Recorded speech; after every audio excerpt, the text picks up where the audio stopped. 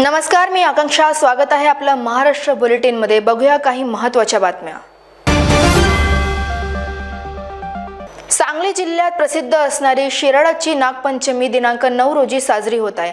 त्या पार्श्वभूमीवर वाळवा तालुक्यातील कुरडप ओझरडे येथेही नागपंचमी साजरी केली जाते. त्या अनुषंगाने उच्च न्यायालयाच्या आदेशाप्रमाणे सदर नागपंचमी दरम्यान जिवंत नाग सर्प पकडू नये, हाताळू नये, त्यास डांबून ठेवू नये, त्याचे प्रदर्शन करू नये, तसेच स्पर्धा भरू नयेत याबाबत जनजागृती पथसंचलन करण्याकामी सांगली सहाय्यक वन संरक्षण प्रादेशिक सांगली नीता कट्टे यांच्या मार्गदर्शनाखाली सहाय्यक वन संरक्षण वनीकरण डॉक्टर अजित साजने सांगली, मानद वन्यजीव रक्षक अजित पाटील, वन क्षेत्रपाल फिरते पथक, वन पारधी प्राणी मित्र युनेश मनेर, रिटायर्ड AIF रामदास पुजारी कुंडल, वन प्रशिक्षण संजय घेरडे, संभाजी पाटील कुरडप, लोकनियुक्त सरपंच मदन शेटे, ग्रामपंचायत सदस्य, कर्मचारी व नागरिक यावेळी मोठ्या संख्येने उपस्थित होते.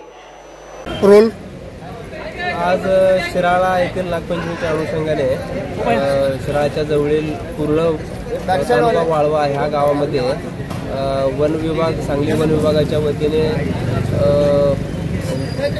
वन विभागाच्या अधिकारी कर्मचारी यांनी कुंडल येथील वन अकादमी येथील ट्रेनी RFO यांच्या वतीनं एक पथसंचलन करण्यात आलेलं आहे.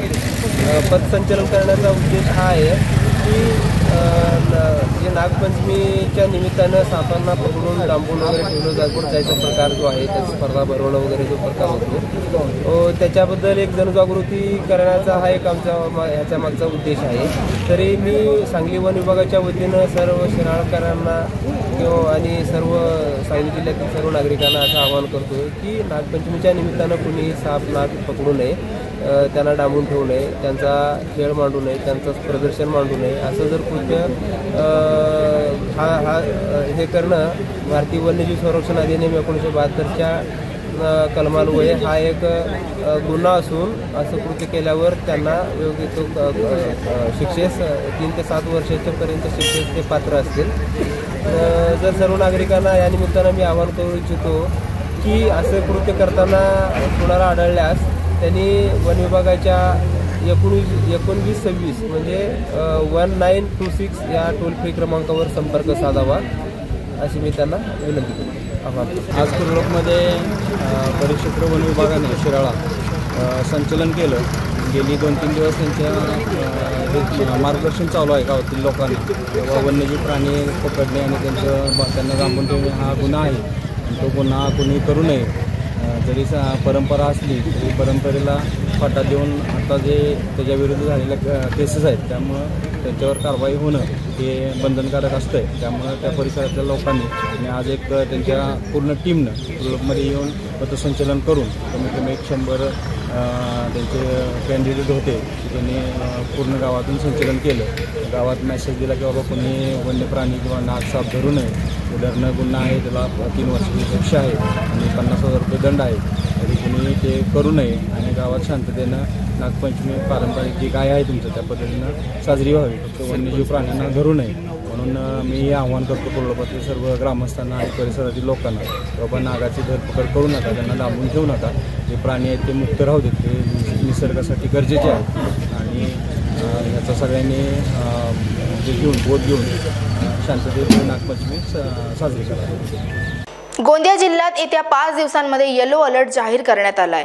जिल्ह्यामध्ये मध्यम ते हलक्या स्वरूपाचा पाऊस या 5 दिवसांमध्ये पडण्याची शक्यता हवामान खात्याने दर्शवली आहे.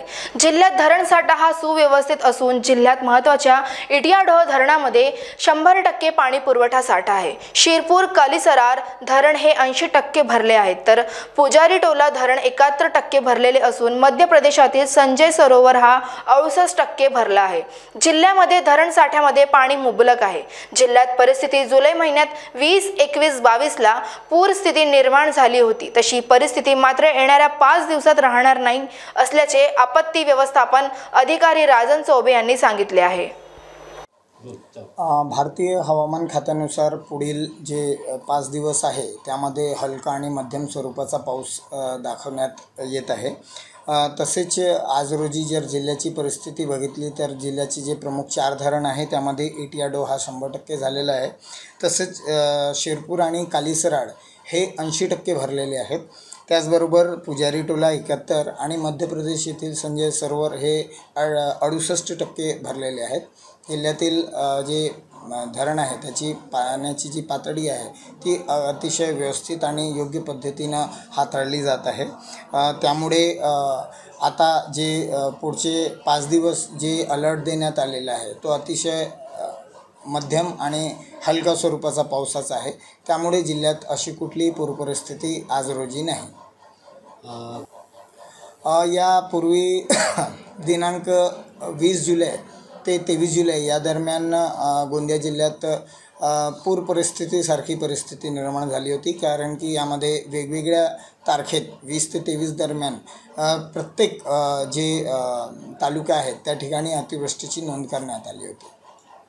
नागपूर जिल्हा मध्यवर्ती सहकारी बँकेच्या 150 कोटी रुपयांच्या घोटाळा प्रकरणात माजी मंत्री आणि निलंबित आमदार सुनील केदार यांना शिक्षा सुनावण्यात आली आहे.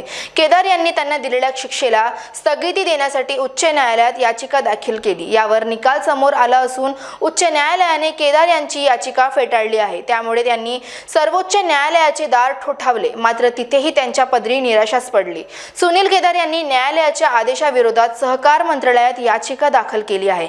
मंत्री दिलीप वळसे पाटील याचिकेवर आज सुनावणी झाली. आमदार केदारांना 15 दिवसात बाजू मांडण्याचे आदेश यावेळी देण्यात आले.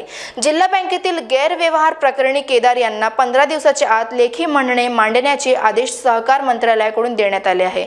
दरम्यान एनडीसीसी घोटाळ्या प्रकरणी न्यायालयाने सुनील केदारला दोषी ठरवून 5 वर्षांच्या तुरुंगवासासह 12 लाख रुपयांचा दंड ठोठावला होता. यासोबत 150 कोटी रुपयांच्या घोटाळ्याच्या मोबदल्यात आतापर्यंतच्या व्याजासह 1444 कोटी रुपये आरोपींकडून वसूल करण्याचे आदेश न्यायालयाने सहकार मंत्रालयाला दिले होते.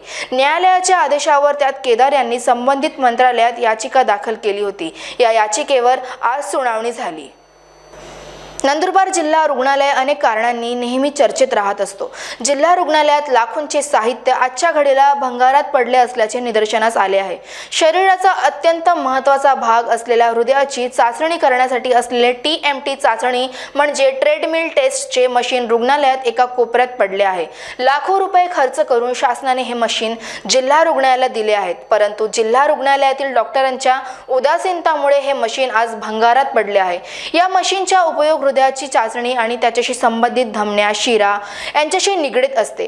त्याचे साधारण स्वरूप असे असते की ट्रेडमिलवर आपण चालत किंवा धावत असताना ECG द्वारे आपल्या हृदयाचे त्यांच्या ठोक्यांचे निरीक्षण व नोंद केली जाते. या चाचणीमध्ये आपण सामान्य स्थितीत रक्ताभिसरण आणि ठराविक शारीरिक श्रमानंतर रक्ताभिसरण बघितले जाते. असे अत्यंत महत्त्वाचे असलेले TMT मशीन आज जिल्हा रुग्णालयाच्या एका भागात कोपऱ्यात पडले आहे.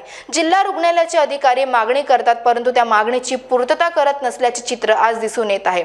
यावरून जिल्हा रुग्णालय प्रशासन जनतेची जीवाची खेळत तर नाही ना अशी भावना जनमानसातून उठत आहे. महान्यूज 7 साठी प्रतिनिधी मिर्झा आफी, नंदुरबार. वेळ झाली आहे इथेच थांबायची. बघत रहा महान्यूज 7. नमस्कार. Integrity super specialist hospital end research institute of Nagpur अब नागपुर में अत्याधुनिक सुविधाओं के साथ ICU, modular operation theatre, maternity surgery end laparoscopy surgery, orthopaedic end joint replacement, dialysis unit, pathology end pharmacy. Our address: Vinoba Nagar, Kharbi Ring Road, Nagpur. Our contact: 8668792352, 9801980100. आप पहुंचना चाहते हो अपने करियर की ऊंचाइयों पर, तो करियर गाइडेंस के रूप में आपकी मदद के लिए नागपुर में आया है कियान करियर पॉइंट एकेडमी. कियान करवाएगा IIT, JEE, NEET, AIIMS, KVPY, MHT, CET और बोर्ड एग्जाम की भी पक्की तैयारी. 15 वर्षों से भी ज्यादा एक्सपीरियंस टीचर करेंगे आपको गाइड. यहाँ पर आप सिर्फ सीखेंगे नहीं तो समझेंगे भी. अभी एडमिशन करवाए और पाए 50% off. New batch start from 25th June.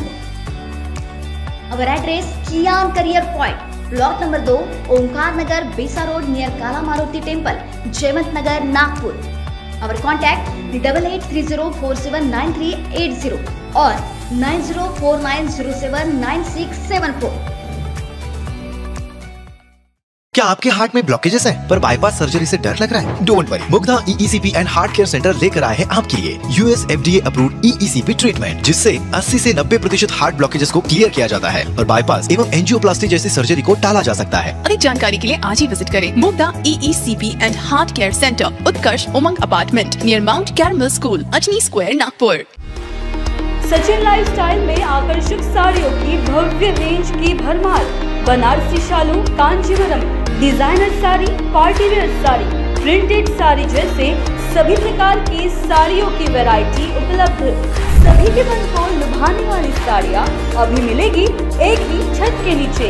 इस अवसर का लाभ उठाएं और आज ही सचिन लाइफस्टाइल शोरूम में विजिट करें।